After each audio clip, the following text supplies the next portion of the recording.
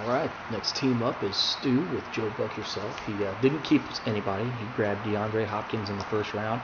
Dude is a PPR and regular, scoring monster. He just catches a lot of passes, and he's quite the up-and-coming wide receiver.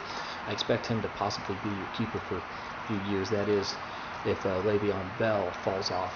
If he can stay out of trouble, I'll tell you what, Le'Veon is a heck of a running back, but gets in trouble, then he can't stay healthy. He's fallen for those reasons. He'd be the #1 probably pick fantasy-wise if he could just stay on the field. Then you grab C.J. Anderson in the third. C.J. played really well in the second half of the season. First half was pretty terrible, but they believe in him. They just cut Ronnie Hillman. It's him and Devontae Booker essentially. And if C.J. can stay healthy, he's going to be their guy all year long. So another solid running back there.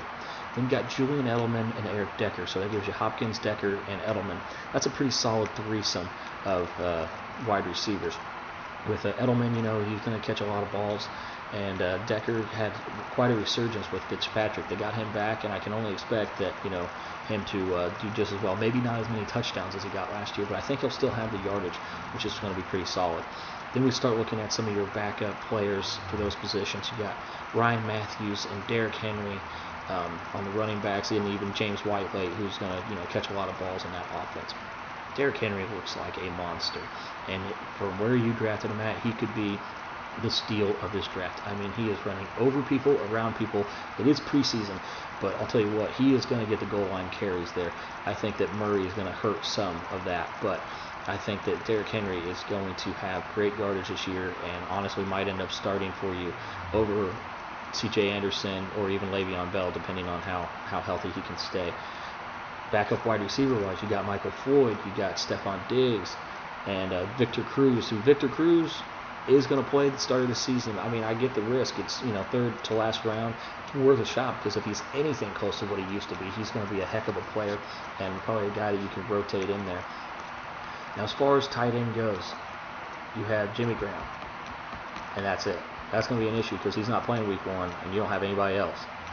So you're going to have to find somebody. There's a few people out here that got to find some tight ends early. You and Trent and some of the other teams that probably want to find some depth there. So my recommendation would be try to get on that pretty quick. Now the question is, who are you going to cut? Well, you probably should be able to put Jimmy Graham on the IR for a week or so, but hopefully that'll help out. And then we go to quarterbacks. Blake Bortles had what a year last year. If he can continue on that path, then he's going to be quite a good player for you, and you're going to get your value back on where you drafted him at immediately. And you also got Jameis Winston, who everybody's expecting to have a bounce back year. Not even a bounce back, just a better year than he had last year. He's getting better at the end of the year. He's a big guy. He can run the ball. He can pass the ball. I think that he's going to be pretty solid, and I think between them two, you're going to be fine at quarterback. Everybody's like, you got to have the #1 guy at quarterback. Not really. I mean, you can plug and play and get a lot of points out of it. You just got to make the right decisions. And I think that this team overall, wide receiving core is strong. If Le'Veon Bell plays well, I wish you would have got D'Angelo Williams, to back him up, especially with what you got going on with, how injury prone he can be. Especially, you miss 4 games and you come back and you pull a hammy, something like that. It's very common to happen. So, but D'Angelo went, 10th round. So I get why you didn't want to spend a pick that high on him. But you ended up getting Blake Bortles, in that round instead of D'Angelo. I can't fault you on that. That's not a bad pick. So overall, the team's pretty solid. But man, you're going to be hurting tight end, and you got to hope that Jimmy Graham even plays well. But we'll see what happens there. I think that if you have one weakness, tight end's not a bad one to have, because you drafted him so late. It's not going to hurt you too bad. And your front end wide receivers and running backs are some of the strongest and probably deepest that any team in the league has. I'm going to give you an A-. I expect you to be in the playoffs, and we'll see what happens.